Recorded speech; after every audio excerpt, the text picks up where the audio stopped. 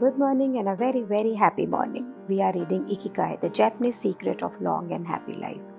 और हम रेजिलियंस की बात कर रहे हैं और हमने किया study emotional resilience through Buddhism and stoicism. और आज हम बात कर रहे हैं मेडिटेटिंग फॉर हेल्दियर इमोशंस, कि हम अपनी भावनाओं को हेल्दी कैसे रखें थ्रू मेडिटेशन। तो in addition to negative visualisation, जिसके बारे में हमने कल पढ़ा था कि आपने नेगेटिव इमोशंस को गिवन नहीं करना है, उसके साथ में जो एक सेंट्रल टेनेंट ऑफ स्टोइसिज्म है वो ये है कि आप किस चीज़ को कंट्रोल कर सकते हैं और किस चीज़ को नहीं कर सकते हैं, जो हमने सेरेनिटी प्रेयर में भी पढ़ा था। वो चीज़ें जो हमारे कंट्रोल के बाहर हैं उसके बारे में चिंता करने से कुछ भी अकम्प्लिश नहीं हो सकता है। हमें बिल्कुल क्लियर सेंस होना चाहिए कि क्या चीज़ों को हम बदल सकते हैं और किन चीज़ों को हम बदल ही नहीं सकते हैं। जब हमें ये मालूम पड़ जाता है ना, तो ये हमें अलाउ करता है रेजिस्ट करना कि giving in to a negative emotions, कि हम जब नकारात्मक हमारी भावनाएं, इमोशन, धारणाएं बननी चालू होती हैं, हाय ये क्यों हो रहा है, ये ऐसे हो गया, वो उससे हो गया, मैं कुछ नहीं कर पा रहा हूँ, तो ये नहीं होता है क्योंकि हमें ये पता है कि ये चीज़ तो हमारे कंट्रोल में है ही नहीं। सो एपिक्टेटस क्या बोलते हैं, वो ये बोलते हैं it's not what happens to you but how you react that matters. तो मैटर क्या करता है, ये नहीं कि क्या आपकी ज़िंदगी में हो रहा है, बल्कि आप जो हो रहा है उसे रिएक्ट कैसे कर रहे हो, उसको ले कैसे रहे हो, उसके होने के बाद में आप you are really taking it the way you are taking it. अब किसी ने किसी को कुछ बोला और वो उससे नाराज़ होकर गुस्सा कर रहा है और कोई ये सोच रहा है कि चल इसने बोला छड़ पड़ा, माफ़ कर दे। बोला तो शब्द वही है ना।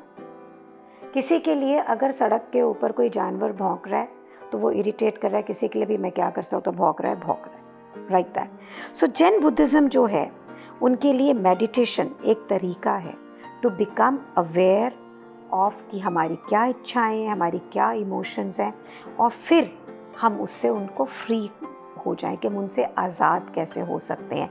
तो ये कोई क्वेश्चन नहीं है कि हम अपने माइंड को फ्री रखें, रादर ये इन्वॉल्व करता है कि आप अपनी सोच को ऑब्ज़र्व करें, उसे देखें, अपनी इमोशंस को देखें ये कैसे कैसे अपीयर कर रही हैं बिना getting carried away with them. इसे एकार्ट बहुत ब्यूटीफुली लिखते हैं। और विपश्यना हमें सिखाती है कि आप अपने जीवन को विटनेस की तरह देखें, दृष्टा भाव से देखें, साक्षी भाव से देखें कि मेरी इमोशंस इस वक्त क्या कह रही हैं, मेरा दिमाग इस वक्त क्या सोच रहा है। जब हम इस प्रकार से ट्रेंड हो जाते हैं तो हम कोई भी इमोशन हमारे ऊपर हावी नहीं हो पाती, कोई भी सोच हमारे ऊपर हावी नहीं हो पाती है, तो हम एंगर, जेलसी, रिजेंटमेंट इन सब से दूर हो जाते हैं। तो बहुत कॉमन जो मंत्रा है जो बुद्धिज़्म फोकस करता है ऑन कंट्रोलिंग नेगेटिव इमोशंस है, और उन्होंने कुछ दूसरे भाषा में शब्द लिखे हैं, ओम मनी पद्मे हम, जिसके अंदर Om is generosity that purifies your ego, Ma is the ethics which purifies jealousy, Nai is the patience that purifies passion and desire, and Pad is the precision that purifies bias, that's Me. Me क्या है? Me is the surrender, समर्पण, that purifies greed, and Hum is the wisdom that purifies hatred. So एक मंत्र किस किस चीज़ों को पवित्र कर रहा है? जेलसी पेशेंस सिखा रहा है, डिज़ायर एंड सरेंडर सिखा रहा है, ग्रीड लालच को बता रहा है, उसको प्योरीफाई कर रहा है, और विजडम सिखा के हेट्रेड को प्योरीफाई कर रहा है। पेज नंबर 170 पे टाइटल है the here and now and impermanence of things. This is most powerful. अभी इस समय ये मोमेंट टू मोमेंट, और चीज़ों का इम्परमानेंस होना, लॉ ऑफ इम्परमानेंस, कि हर चीज़, कुछ भी लाइफ में परमानेंट नहीं है। तो एक और तरीका है अपनी ज़िंदगी के अंदर रेजिलियंस लाने का, और वो है जानना कि which time to live, means past, present और फ्यूचर।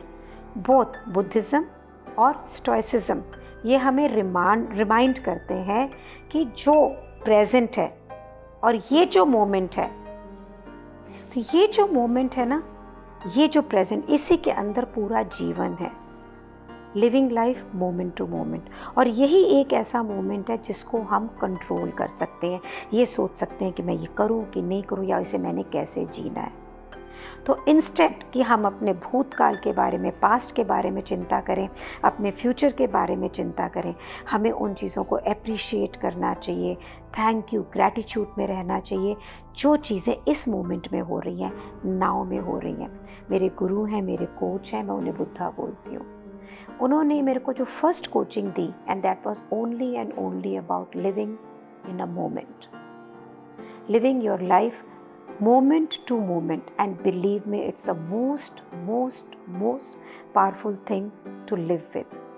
ये जो मोमेंट है ना, इसी मोमेंट के अंदर आप सच में अलाइव हो सकते हैं। और ये बुद्धिस्ट मॉन्ग टिच नाथ हना एक नाम है, I might have pronounced it wrong, उसने बोला, but this is what the truth is. In addition कि हम जिंदगी को अभी और इसी समय जिएं, तो जो स्टोइक्स प्रिंसिपल्स हैं वो ऑल्सो रिकमेंड करते हैं कि आप रिफ्लेक्ट करें कि जो भी चीज़ें हमारे चारों तरफ हैं उनके इम्परमानेंस को। कोई भी चीज़ पूरे समय नहीं रहती है। सो जो रोमन एम्परर था मार्कस, उसने बोला कि जितनी भी चीज़ें हैं जिन्हें हम प्यार करते हैं वो पेड़ों के पत्तों की तरह होते हैं। वो किसी भी मोमेंट में, कोई भी हवा का एक झोंका आएगा, उसमें टूट के नीचे गिर जाते हैं। और उसने ये भी बोला कि दुनिया के अंदर हमारे चारों तरफ जो बदलाव है वो एक्सीडेंटल नहीं है, रादर वो हमारी इस यूनिवर्स, इस ब्रह्मांड के अंदर जो हमारी एग्जिस्टेंस है ना, उसका एसेंस है। और ये सच्चाई भी बुद्धिस्ट नोशन ही है। मीन लॉ ऑफ इम्परमानेंस को विपश्यना इतनी खूबसूरती से मेडिटेशन में आपको सिखाते हैं, and you can go through the YouTube channels and really read it. तो आप हमेशा पेज नंबर 171 पे ये बुक बोलती है कि आप ये कभी ना भूलें, हमेशा याद रखें कि जो भी चीज़ें हमारे पास में हैं, लोग, सामान, जो भी, जिसको भी हम बहुत प्यार करते हैं, वो ज़िंदगी में किसी ना किसी पॉइंट पर डिसअपियर होएगा ही होएगा, गायब होएगा ही होएगा। और इसमें कोई ज़रूरी नहीं कि हम पेसिमिज्म में चले जाएं कि अरे मेरा तो ये ख़त्म हो जाएगा, अरे ये तो होएगा नहीं। रादर कि you need to keep this all the time in your mind. और जिस समय हम चेतन होते हैं, सचेत होते हैं, कॉन्शियस होते हैं कि ज़िंदगी में कुछ भी परमानेंट नहीं है, सब कुछ इम्परमानेंट है, तो ये हमें सैड नहीं करता है, because we are prepared for it. और ये हमें हेल्प करता है कि हम प्रेजेंट मोमेंट को, हमारी अब की जो नियामतें हैं, उसे हम प्यार करें और थैंक यू करें। तो सेनेका टेल्स अस कि जितनी भी चीज़ें ह्यूमन बींग्स के पास है ना, they are all short lived and perishable. सब कुछ टेम्परेरी है, एफेमरल है, इम्परमानेंट नेचर जो है ना ये दुनिया का, ये बुद्धिस्ट डिसिप्लिन का एक सेंट्रल पॉइंट है। और इसे हमेशा माइंड में रखने से हम किसी भी प्रकार के एक्सेसिव पेन से और किसी भी प्रकार की लॉस से दूर रहते हैं। सो व्हेन बुद्धिस्ट से दिस इज दुखा, सो यही हमारी अटैचमेंट विथ थिंग्स कि है तो वो इम्परमानेंट, बट हमें लगता है बस इसे खो ना दे। The moment we are aware and we are one with the understanding that the law of impermanence, how it works, believe me, it's a huge freedom, it's a big freedom. इस पे अगर आज आप मनन चिंतन करें तो आप देखेंगे कि ज़िंदगी के अंदर ये जो मोमेंट है, ये जो नाउ, ये जो क्षण है, यही एक क्षण है जो पूर्ण है, कंप्लीट है, और जिसे आप पूर्ण रूप से जी सकते हैं, कंट्रोल कर सकते हैं। And there is nothing else you can control on. Thank you so much for creating a space where these words are being read, and it is being created for so many people. My heartiest gratitude to you. Thank you so much.